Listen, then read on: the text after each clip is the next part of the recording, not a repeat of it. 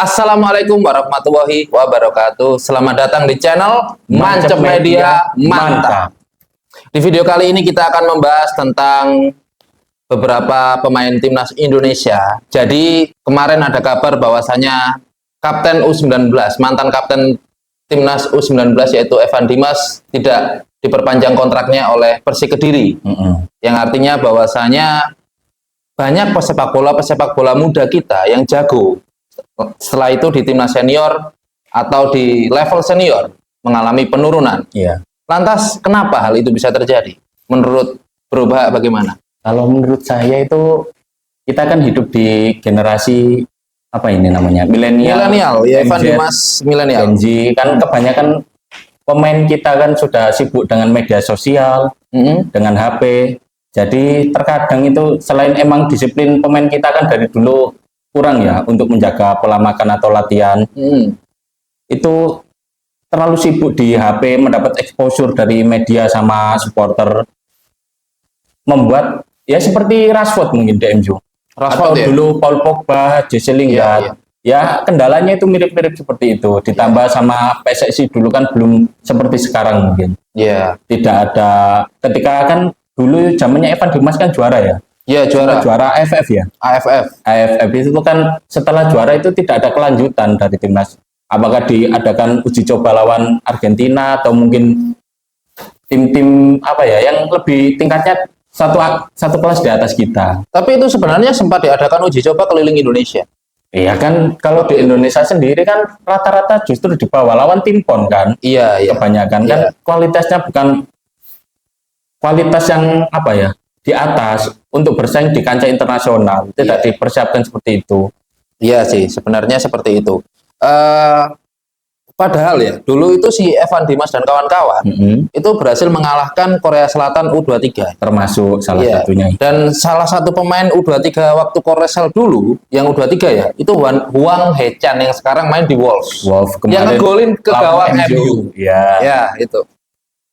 Padahal dulu dikalahkan Evan Dimas. Sekarang karirnya sangat-sangat jauh.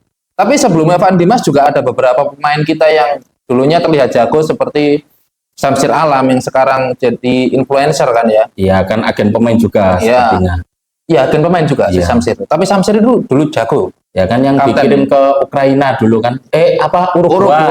Uruguay. Sama-sama U ya. Iya, sorry. Uruguay, terus siapa lagi ya? Banyak sih sebetulnya. Kita nggak bisa menyebut satu persatu ya. Tapi rata-rata pemain muda kita itu jago, bisa bersaing dengan negara-negara maju. Setelah itu mengalami usia 25 ke atas itu mengalami penurunan.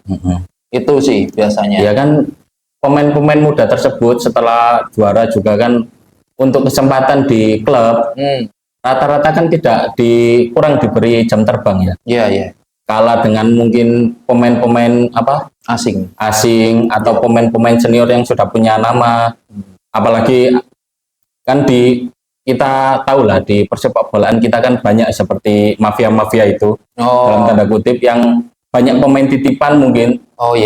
Praktek-praktek tersebut mungkin yang membuat pemain muda ini jadi gimana ya? Bakatnya itu sering tidak diperhatikan atau terbuang sia-sia. Jadi sia-sia seperti itu. Saya juga pernah mendengar kabar dari salah satu teman saya, yaitu seseorang ya.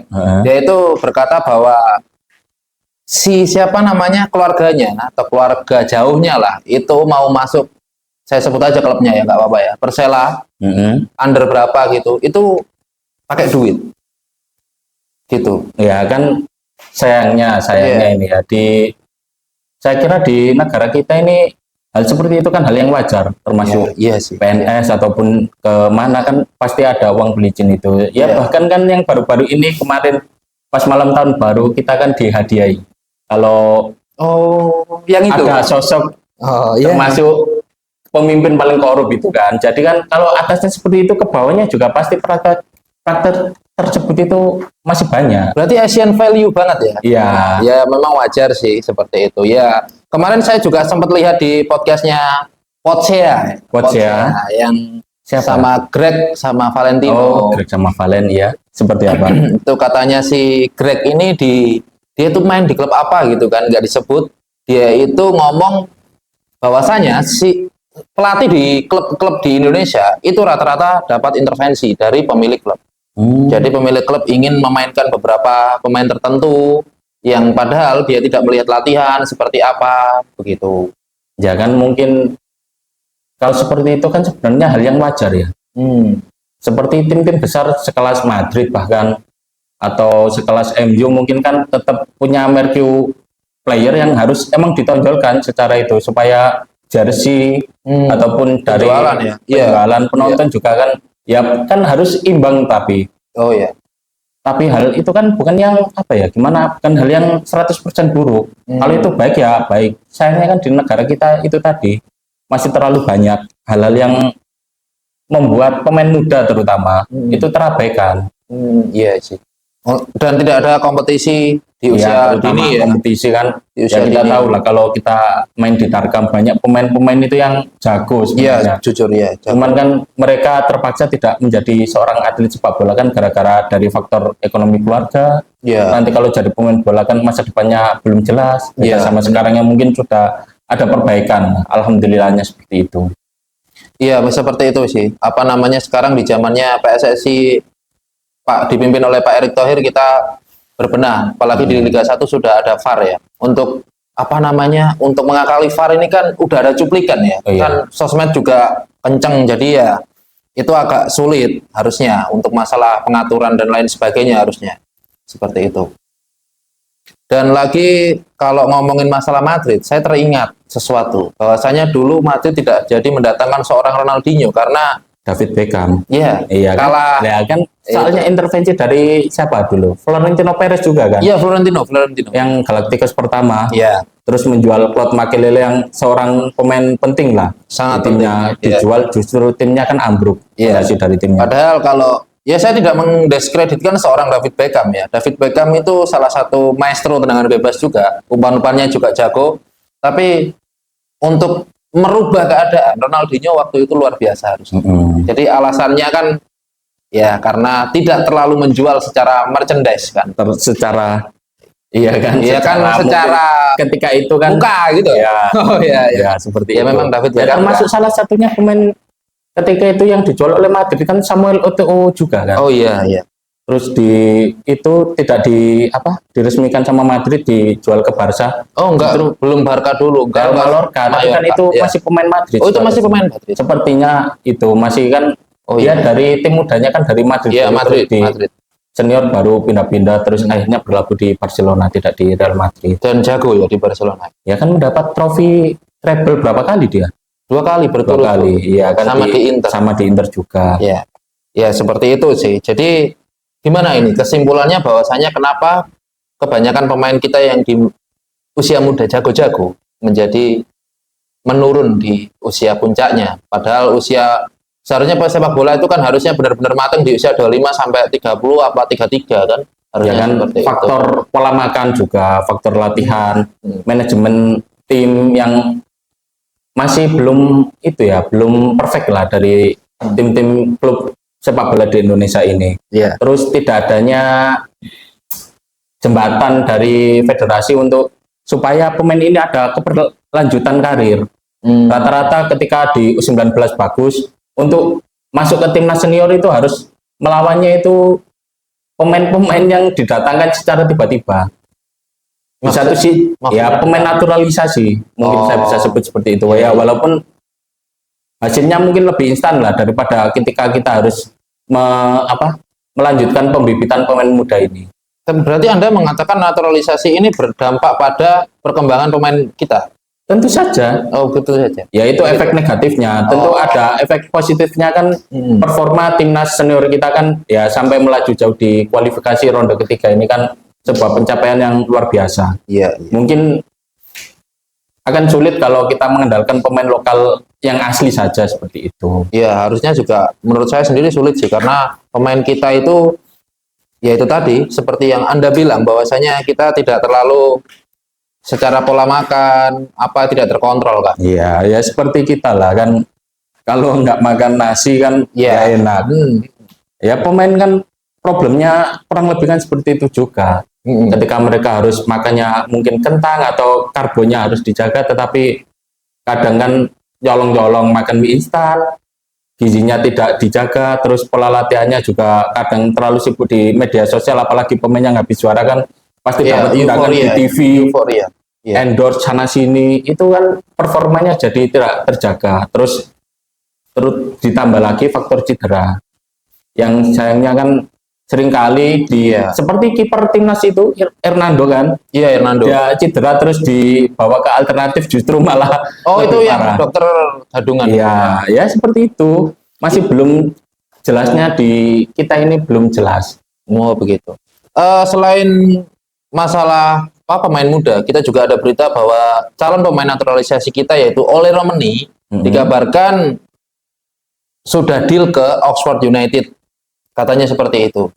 Ini bagaimana ini perkembangan? Jadi Oxford United kan main di divisi 2 Liga Inggris ya, dengan klub sebelumnya yaitu Utrecht, kan main di klub Utrecht senior.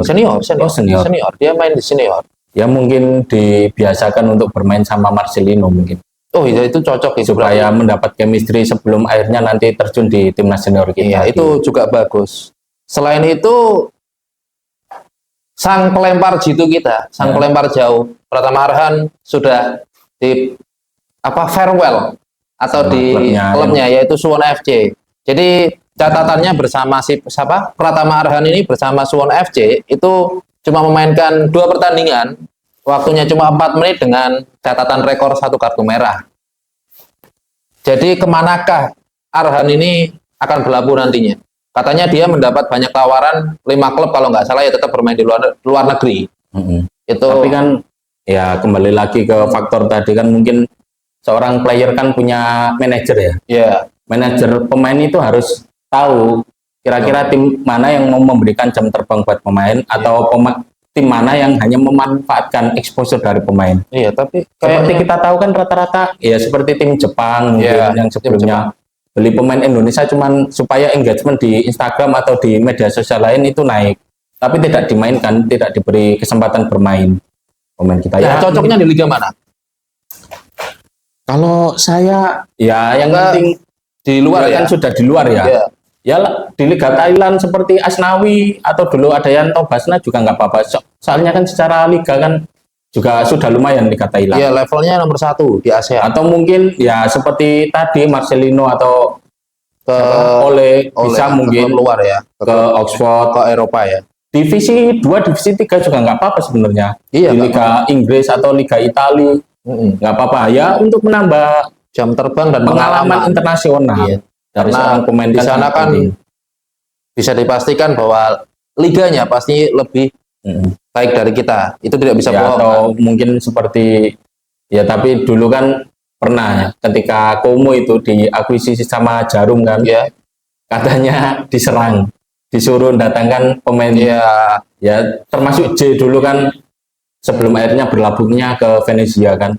Itu kan gimana ya, kalau menurut saya pribadi harusnya untuk masalah klub sama pemain itu kan netizen kita harusnya juga pinter-pinter ya, harusnya tidak menyerang, menjaga. Iya, karena mengelola klub itu seperti layaknya mengelola bisnis kalau menurut saya. Jadi kalau dia merasa tidak butuh, ya tidak perlu didatangkan.